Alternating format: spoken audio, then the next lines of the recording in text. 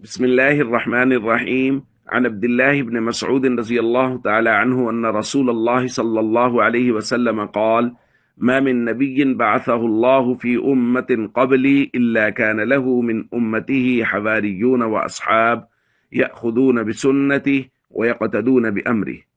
الحديث رواه مسلم۔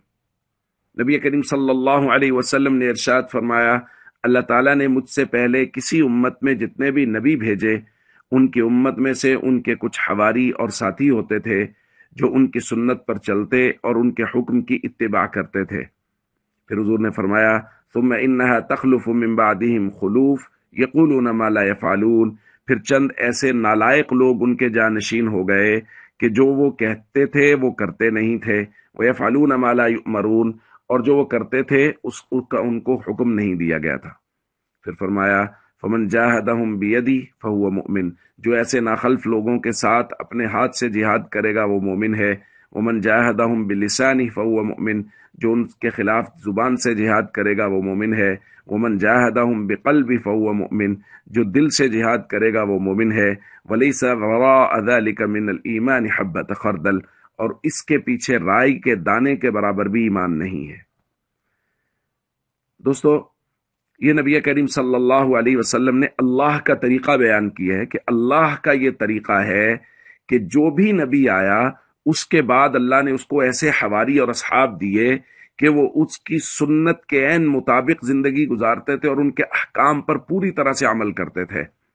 جیسا کہ ہمارے نبی صلی اللہ علیہ وسلم کے بعد جماعت صحابہ کرام، اللہ نے صحابہ اور اہل بیت کی ایسی جماعت نصیب فرمائی جنہوں نے نبی کریم صلی اللہ علیہ وسلم کے ایک ایک حکم پر جانیں قربان کر دی، اور یہ نبی کریم صلی اللہ علیہ وسلم کے سب سے بہترین جانشین تھے۔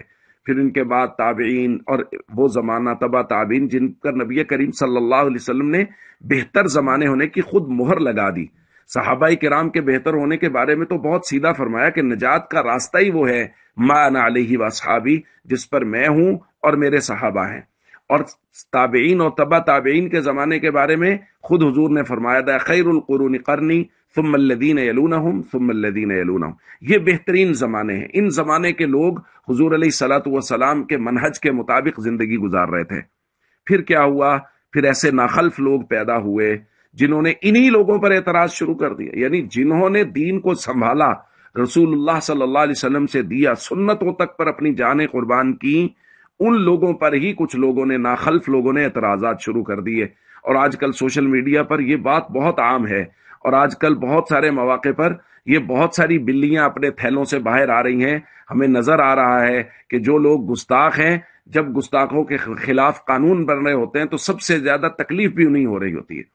اس لیے ہم سب کو چاہیے ہم اپنے ایمانوں کی حفاظت کریں۔ اور حضور نے کیا فرمایا؟ حضور نے فرمایا، جو ان ناخلف لوگوں کے ساتھ زبان سے جہاد کرے گا، ہاتھ سے جہاد کرے گا، دل سے جہاد ظاہرہ ہو نہیں سکتا، اسی طرح ہاتھ سے جہاد کرنے کا بھی مطلب یہ ہے قلم سے ان کے خلاف لکھے، زبان سے ان کے خلاف بولے کہ لوگوں ان سے بچو، یہ ایمان کے ڈاکو ہیں، یہ رسول اللہ صلی اللہ علیہ وسلم کے بعد دین کے جو سب سے پہلے محافظ صحابہ اور اہل بیت ہیں، یہ ان کے خلاف بکواس کرتے ہیں، چاہے سوشل میڈیا پر بیٹھے ہوئے رافضی ہوں، بھلے ہی وہ نیم رافضی ہوں، ان سے بچیں۔ جماعت صحابہ کرام پر اور اللہ کے نبی صلی اللہ علیہ وسلم کے ان جانثاروں پر ہمیشہ بھرپور اعتماد رکھیں۔ السلام علیکم ورحمۃ اللہ وبرکاتہ۔